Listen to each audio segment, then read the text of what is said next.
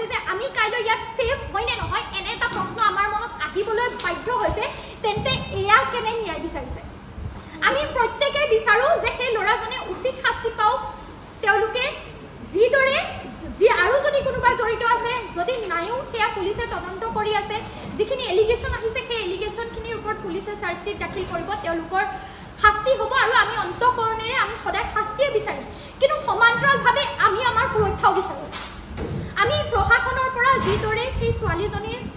বাবে ন্যায় বিচাৰিছোঁ ন্যায় বিচাৰি দাবী কৰিছোঁ আমি গোৱালপাৰাৰ সচেতন ৰাইজসকলক সংবাদ মাধ্যম প্ৰশাসন প্ৰত্যেককে কৈছোঁ যে মই জ্ঞানশ্ৰী বৰা য়চিকো বাইলুং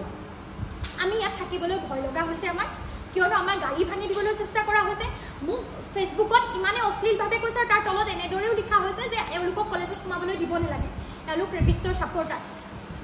কোনোবা পৃথিৱীত থকা মানুহে ৰেপিষ্টৰ ছাপৰ্ট কৰিব নেকি ছোৱালীৰ লগত শাৰীৰিক নিৰ্যাতন হোৱা ঘটনাটোত আমি দুগৰাকী ছোৱালীয়ে পুলিচত ষ্টেটমেণ্ট দিছোঁ কোনোবাই যদি জানিব লগা আছে পুলিচক গৈ সোধক আমাৰ ষ্টেটমেণ্ট আছে পুলিচৰ ওচৰত আমি ছোৱালীগৰাকীক লগ কৰিবলৈ গৈছোঁ তেওঁ লগ কৰিছেও মই মানুহৰ ভয়ত লগ কৰিবলৈ যাব পৰা নাই আৰু তাৰ ওপৰত পাছত আমাৰ ওপৰত যিটো মানসিক নিৰ্যাতন কৰা হৈছে এয়াও জানো শাৰীৰিক আমাৰ মেণ্টেল আমাৰ ওপৰত যোনটো মানসিক অৱস্থা আমাৰ হৈছে এয়া শাৰীৰিক নিৰ্যাতনতকৈ কম হয় নেকি এয়াও যিখিনি মানসিকতাৰে মোক এনেকৈও লিখিছে যে এওঁৰ লগত হ'লেও আমি প্ৰমাণ বিচাৰিম এনেদৰেও তাৰমানে কি বুজাইছে যে মোৰ লগতো যদি এনে ঘটনা হয় কোনে কৰিব এওঁলোককো দিব লাগে আৰু কিমান অশ্লীল আপোনালোকে নিজে দেখিছে গতিকে মই এটাই কথা কওঁ আমি ইতিমধ্যে মৌন হৈ আছিলোঁ এইকাৰণে আমি বিচাৰিছিলোঁ আমাৰ শিক্ষকসকলে আমাৰ কলেজৰ অথৰিটিয়ে এই ক্ষেত্ৰত নিজৰ কথাখিনি জনাওক আৰু তাৰপাছত জনাওক কিন্তু মই স্পষ্টকৈ কৈছোঁ আমি অনুৰোধ কৰিছোঁ যে অনাগত দিনত য়চিকো বাইলুং আৰু জ্ঞানশ্ৰী বৰা গোৱালপাৰাত ছেফ হৈ আছেনে নাই এইটো আমি আজিৰ দিনত স্পষ্ট নহয় ইতিমধ্যে আমাক DC মহোদয়ে কৈছে SP ছাৰক আমি লগ কৰিছোঁ আমাক DSP ছাৰ আমাৰ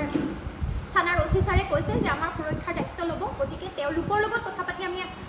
আমি কিছু আশ্বাস পাইছোঁ আমি শান্তি পাইছোঁ কিন্তু সমান্তৰালভাৱে আমি গোৱালপাৰাৰ সচেতন প্ৰতিজন ৰাইজক এইটো প্ৰশ্নও কৰিব খুজিছোঁ যে নাৰীৰ নিৰ্যাতনৰ বিৰোধিতা কৰিবলৈ যাওঁতে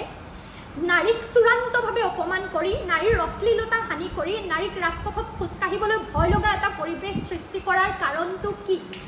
ইয়াৰ মূল কাৰণটো কি এইটো আমাক জানিবলৈ লাগে ধন্যবাদ